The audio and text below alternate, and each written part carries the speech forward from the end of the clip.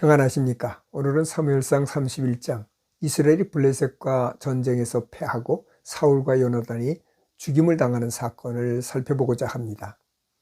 1절에서 6절입니다. 다윗을 돌려보낸 블레셋 군사들이 이스라엘 생곁에 있는 이스라엘을 공격합니다. 이스라엘 사람들이 블레셋 앞에서 도망하고 길보아산에서 많은 사람들이 죽임을 당하는데, 그때 사울의 아들 요나단과 아비나답과 말기수아도 블레셋 사람들에 의해서 죽임을 당합니다.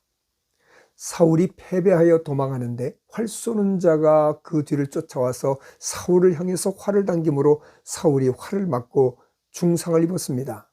사울이 자기 신복 무기든 자에게 나를 찔러서 죽이라고 합니다. 할례받지 않은 자들이 나를 찌르고 내가 그들에게 모욕당하는 것이 두렵다고 했습니다.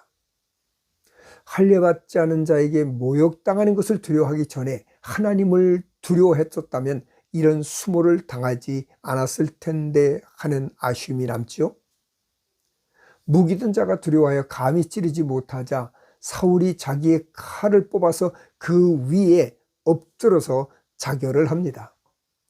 사울이 죽음을 보고 무기든 자도 그 자리에서 자결하게 되죠.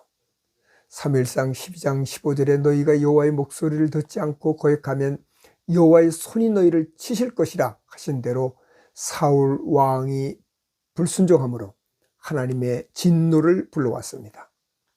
그러나 요나단은 자기 백성과 아버지를 위해 목숨을 아끼지 않고 싸우다 장렬하게 전사한 위대한 하나님의 사람이었습니다. 7절에서 13절입니다. 길보아 전투가 얼마나 큰 전쟁이었는지 많은 이스라엘 백성들이 겁을 먹고 도망을 갔는데요.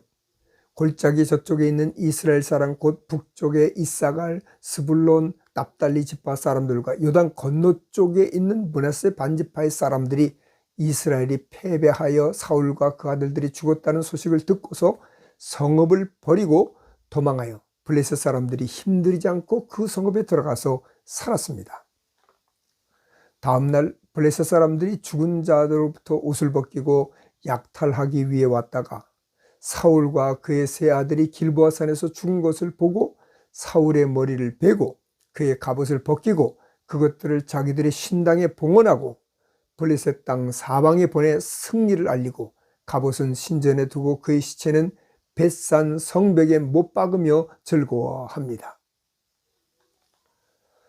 사울은 할례받지 않은 자에게 모욕당하기를 원치 않았지만 블레셋 사람들은 사울 왕의 목은 다곤 신당에 매달고 시신은 성벽에 매달아 모욕했습니다. 이 소식을 들은 길르앗 야베스 주민들이 모든 장수들을 보내서 사울의 시체와 아들들의 시체를 가지고 와서 장사 지내려고 하다 보니까 너무 훼손이 심해서 화장한 것으로 보여집니다. 그들을 장사하고 7일 동안 금식하며 애도했습니다. 길르앗 사람들은 사무엘상 11장에서 사울이 자신들에게 베푼 은혜를 잊지 않고 위험을 무릅쓰고 그 시신을 거두고 애도했습니다. 원수는 물의 색이고 은혜는 돌의 색이라는 말이 있지만 많은 사람들이 반대로 행하는 경우가 많죠. 그러나 길르앗 사람들은 은혜를 은혜로 갚으려는 노력을 보여주었습니다. 그리스도인은 하나님의 은혜뿐 아니라 사람들에게 받은 은혜를 잊지 말고 마음에 새겨 그 은혜를 갚으려 노력하는 그런 사람들이 되어야 되겠죠. 사무엘상을 마무리하면서 하나님께 인정받고 쓰임받았던 사울 왕이 하나님의 말씀에 불순종해서 비참한 최후를 맞는 모습을 우리는 보았습니다. 동시에 하나님께서 말씀에 순종하는 다윗을 많은 위기 가운데서 지키시며 인도하시는 모습도 보았습니다. 우리는 사울 왕의 뒤를 쫓아서는 안 되겠죠. 다윗의 뒤를 쫓아 하나님의 말씀에 귀를 기울이고 순종하는 삶을 통해서 하나님의 보호하심과 인도하심 가운데 살아가는 성도들이 되기를 간절히 바랍니다.